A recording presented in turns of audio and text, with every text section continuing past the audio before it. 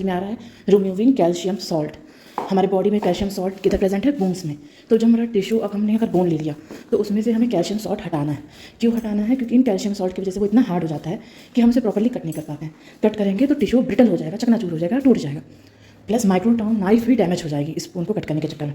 तो बहुत ज़रूरी है कि कैल्शियम सॉल्ट को रिमूव कर सके बोन में। तो ये स्टेप होता है डीकैल्सिफिकेशन।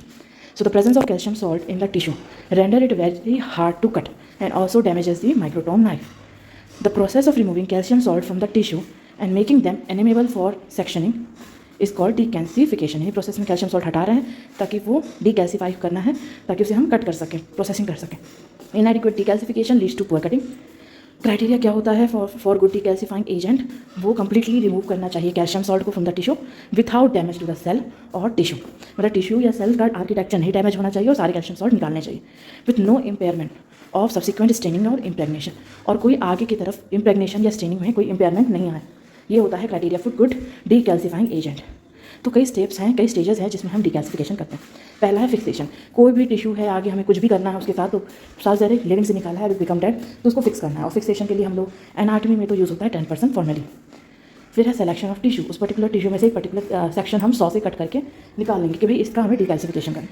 फिर हम करेंगे उसका decalcification. Generally decalcification acidic media से होता है, तो इसलिए हमें नेक्स्ट स्टेप है न्यूट्रलाइजेशन।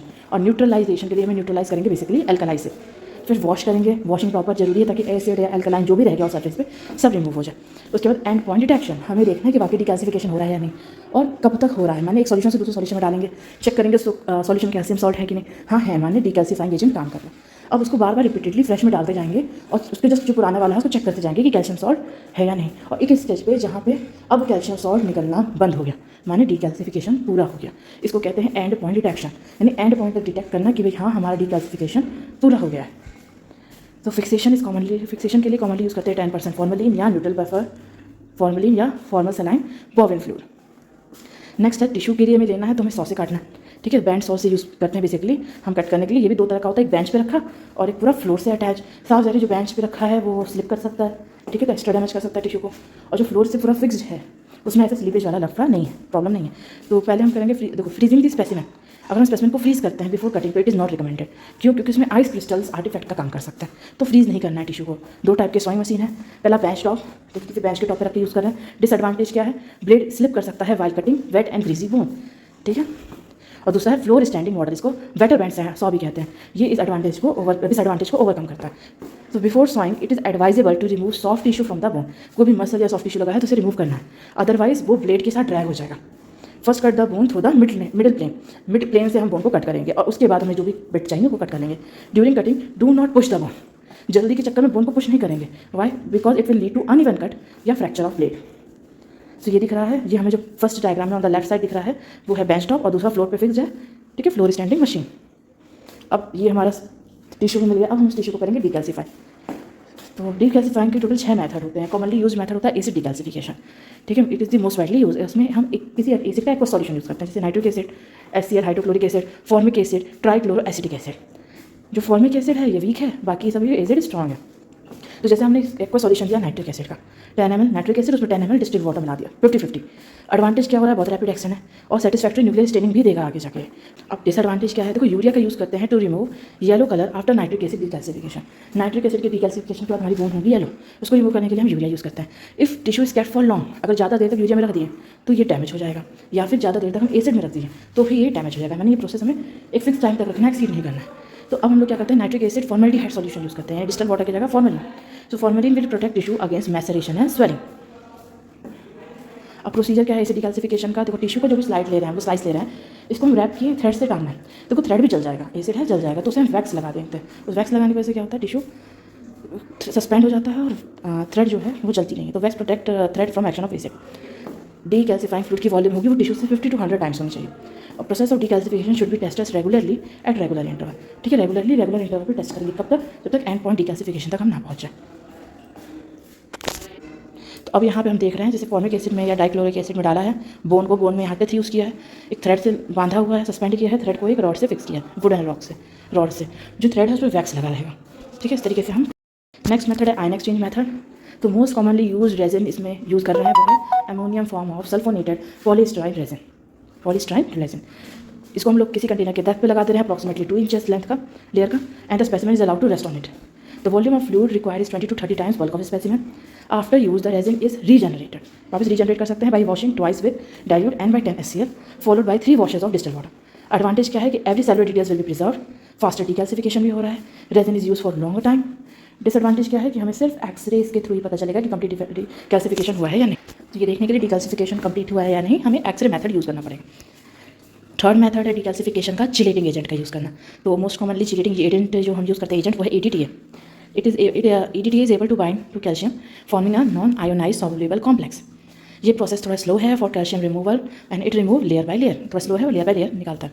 इसको लगभग 2 से 4 डेज लग सकते हैं to decalcify 3 to 4 mm thickness of bone. Use क्या करते हैं, ये हमारा फॉर्मूला दिया है कैसे यूज़ करते हैं। EDTA 5.5 ग्राम रहेगा, फॉर्मलिन 100 ml और डिस्टिल पाउडर 900 ml, माने 1000 ml 1 लीटर का सॉल्यूशन बना रहे हैं। इसमें फॉर्मलिन और डिस्टिल वाटर 9:1 मतलब 1:9 के रेशियो में है और EDTA डाल रहे हैं 5.5 ग्राम, तो हमारा सॉल्यूशन तैयार हो जाता है। Glycogen in bone marrow is best preserve in by use of EDTA। EDTA का यूज़ करने से जो हमारा बोन मैरो में ग्लाइकोजन है वो प्रिजर्व रह जाता है। It doesn't damage tissue nor destroy the enzymes. तो ये रिकमेंड होता है for electron microscopy. Fourth method है इलेक्ट्रोलाइट मेथड, यानी एक मीडिया बनाएंगे, एक बात बनाएंगे इलेक्ट्रोलाइट और उसमें 2 हम इलेक्ट्रोड स्पेस करेंगे। तो जो बात या सोल्यूशन जो बना रहे हैं वो 8% HCl और 10% फॉर्मिक एसिड का बना रहा है। जो हम प्लेट यूज़ कर रहे हैं, दोनों इलेक्ट्रोड, पॉजिटिव इलेक्ट्रोड बना है प्लैटिनम वायर से, जो नेगेटिव इलेक्ट्रोड बना है ब्रास या कार्बन रॉड का। बोन को हम पॉजिटिव इलेक्ट्रोड के पास रखते हैं और 6 वोल्ट का 6 वोल्ट का DC करंट पास कर रहा है, 6 वोल्ट DC करंट पास कर रहा है। तो अब जो भी कैल्शियम है वो माइग्रेट कर रहा है फ्रॉम एनोड टू कैथोड और बोन का डीमिनरलाइजेशन इस तरीके से हो जा रहा है। एडवांटेज क्या है, ये प्रोसेस बहुत ही रैपिड है। डिसएडवांटेज क्या है, इस प्रोसेस में बहुत ही ज़्यादा हीट प्रोड्यूस होता है जो कि टिश्यू को डैमेज कर सकता है और कंप्लीट डीकैल्सिफिकेशन चेक करने के लिए हमें एक्सरे ही करना पड़ेगा। फिफ्थ मेथड है सरफेस डीकैल्सिफिकेशन, यानी कि कोई भी पैराफिन ब्लॉक बना है, उसके ऊपर से सरफेस से हम डीकैल्सिफाई करना है। तो अब उस ब्लॉक को हम कहाँ डाल रहे हैं, 5% HCl में रख रहे हैं फॉर 1 आवर। तो जो भी टॉप की 30 माइक्रोमीटर तक की सरफेस है वो डीकैल्सिफाई हो जाती है इस प्रोसेस से। फिर एक बार इसको वॉश करना है, तभी मैक्रोटोम नाइफ से कट करना है। लास्ट मेथड है डीकैल्सिफिकेशन का अल्ट्रासोनिक मेथड। इसमें अल्ट्रासोनिक वेव फ्रीक्वेंसी 1250 साइकिल पर सेकंड के हिसाब से पास करेंगे। मीडिया यूज़ हो रही है 7.5% ग्लेशियल एसिटिक एसिड। अब हमारा डीकैल्सिफिकेशन हो गया, तो अब हम करेंगे न्यूट्रलाइजेशन, यानी जो भी एसिड यूज़ किया उसको न्यूट्रलाइज करने के लिए एल्कलाई का यूज़ होता है। और एल्कलाई जो यूज़ होता था पहले वो था 5% सोडियम सल्फेट या लिथियम कार्बोनेट, पर अब आजकल न्यूट्रलाइजेशन के लिए हम अल्कोहल यूज़ करते हैं। फिर इसको अच्छे से वॉश करेंगे ताकि जो भी एसिड या अल्कोहल है या एल्कलाइन है वो सब रिमूव हो जाए, वरना वो सारी चीज़ें स्ट्रेनिंग के समय अफेक्ट करेंगी। लास्ट है एंड पॉइंट डिटेक्शन। यहाँ तक पहुँचने के लिए हम हर स्टेप में, हर स्टेजेस में चेक करते रहते हैं कि डीकैल्सिफिकेशन कितना हुआ या नहीं हुआ। तो हम पहुँचते हैं लास्ट में एंड पॉइंट डीकैल्सिफिकेशन में या डिटेक्शन में, जब और फर्दर डीकैल्सिफिकेशन बंद हो जाता है, कैल्शियम सॉल्ट रिलीज होना बंद हो जाता है। So it's method for testing of end point of decalcification, जिसमें हम फिजिकल टेस्टिंग कर सकते हैं, केमिकल टेस्टिंग कर सकते हैं, रेडियोग्राफी यानी एक्सरे का यूज़ कर सकते हैं और कार्बन डाइऑक्साइड प्रोडक्शन से चेक कर सकते हैं। तो फिजिकल टेस्टिंग में पहला होता है प्रियाबिलिटी। इसमें हम ट्विस्ट करके देखेंगे बोन को, अगर ये ट्विस्ट हो जा रहा है यानी डीकैल्सिफाई हो चुका है। पर इसमें डिसएडवांटेज है कि बोन की टिश्यू को डैमेज हो सकता है। दूसरा है स्टिकिंग विथ नीडल से स्टिक करते जाएंगे, लेकिन उसके चक्कर में भी डैमेज हो जाएगा। चेक करने के लिए कि आराम से नीडल पियर्स हो जाएगा अगर डीकैल्सिफाई हो चुका है, पर टिश्यू डैमेज होगा। नेक्स्ट है फिंगर्स नेल्स के थ्रू रेजिस्टेंस फील, मतलब एक फिंगर पर रखा, दूसरे फिंगर के नेल के थ्रू हम रेजिस्टेंस फील करके चेक करेंगे। पर इसमें हमें टेक्टाइल सेंसेशन का रोल बहुत ज़्यादा होता है, वो ह्यूमन बीइंग का उतना अच्छा नहीं होता है। नेक्स्ट है केमिकल मेथड, ये मोस्ट कॉमनली यूज़ होता है देखने के लिए कि कैल्शियम सॉल्ट जब हम अमोनियम ऑक्सलेट डालते हैं तो कैल्शियम सॉल्ट प्रेसिपिटेट होता है, मैंने हर स्टेप में, जैसे एक डीकैल्सिफाइंग एजेंट से निकाला, प्योर वाले में रखा, सेकेंड में रखा, क्लीन वाले में, तो पुराने वाले में हम कैल्शियम ऑक्सलेट डालेंगे और देखेंगे टर्बिडिटी प्रेजेंट बन रही है यानी कि उसमें कैल्शियम रिलीज हुआ है। फिर कुछ समय बाद उसको दूसरे एजेंट में डालेंगे, सेकंड जार में भी कैल्शियम ऑक्सलेट डालेंगे, टर्बिडिटी हुई या नहीं हुई, यानी अभी भी कैल्शियम रिलीज हो रहा है। फोर्थ जार में डाले, थर्ड वाले में कैल्शियम ऑक्सलेट डाला, लेकिन अब ये क्लियर आ रहा है मैंने, और सारे के सारे कैल्शियम सॉल्ट पहले 2 जार में निकल चुके हैं। ये होता है केमिकल मेथड। तो क्या है कि take 5 ml of used decalcifying fluid, यानी जो जस्ट इसका पहले सेकंड जार में गया तो पहले जार की बात हो रही है, उसका 5 ml ले रहे हैं टेस्ट ट्यूब में और उसमें अब ऐड कर रहे हैं हम लिटमस पेपर। फिर हम अमोनियम ऑक्सलेट डाल रहे हैं ड्रॉप बाय ड्रॉप, जब तक कि लिटमस पेपर अल्कलाइन नहीं हो जाता, ब्लू नहीं हो जाता। ठीक है, अब हम देखते हैं अगर टर्बिडिटी दिख रही है, टर्बिड दिख रहा है यानी कि कैल्शियम प्रेजेंट है। ठीक है, तो ये चीज़ हमें तब तक करनी है जब तक क्लीन सॉल्यूशन नहीं मिल जाता। जब एक बार क्लीन सॉल्यूशन मिल गया, यानी any turbidity develop during this period indicate presence of calcium salt and reimmersion of tissue into fresh decalcification fine fluid is done. मतलब अभी भी हमें डीकैल्सिफिकेशन करना है तो फ्रेश डीकैल्सिफाइंग फ्लूइड में डालें। अगर सॉल्यूशन हमें क्लियर मिल जाए तो it is assume that decalcification is complete. Next method है रेडियोग्राफिक मेथड, यानी एक्सरे करते हैं। जो कैल्शियम है हमारा वो ओपेक देता है ऑन दी एक्सरे। नेक्स्ट है कार्बन डाइऑक्साइड प्रोडक्शन। तो इसे डिकैल्सिफाइंग सॉल्यूशन जो है वो कार्बन डाइऑक्साइड प्रोड्यूस करता है जो उसमें बोन डालता है। तो हम हल्का सा जब कैल्शियम कार्बोनेट है ना बोन में तो रिएक्ट करेगा, कार्बन डाइऑक्साइड रिलीज होगा। तो बीच बीच में हल्का सा हम शेक करेंगे, अगर बबल्स आ रहे हैं यानी डिकैल्सिफिकेशन चल रहा है, बबल्स आने बंद हो गए यानी कि डिकैल्सिफिकेशन अब नहीं हो रहा है। ये भी कैसे चेक होगा, जैसे फ्लूइड में डाला डिकैल्सिफिकेशन कैल्शियम कार्बोनेट है, कार्बन डाइऑक्साइड प्रोड्यूस हो रहा है। अब दूसरे फ्रेश फ्लूइड में डाला, हिलाया, बबल्स आ रहे हैं, अभी भी कार्बन डाइऑक्साइड प्रोड्यूस हो रहा है। तीसरे जार में जब डाला, शेक किया, बबल्स नहीं आए यानी कि कार्बन डाइऑक्साइड प्रोड्यूस होना बंद हो गया, सारे कैल्शियम कार्बोनेट या कैल्शियम सॉल्ट जो थे इसके पिछले वाले जार में निकल के खत्म हो गया।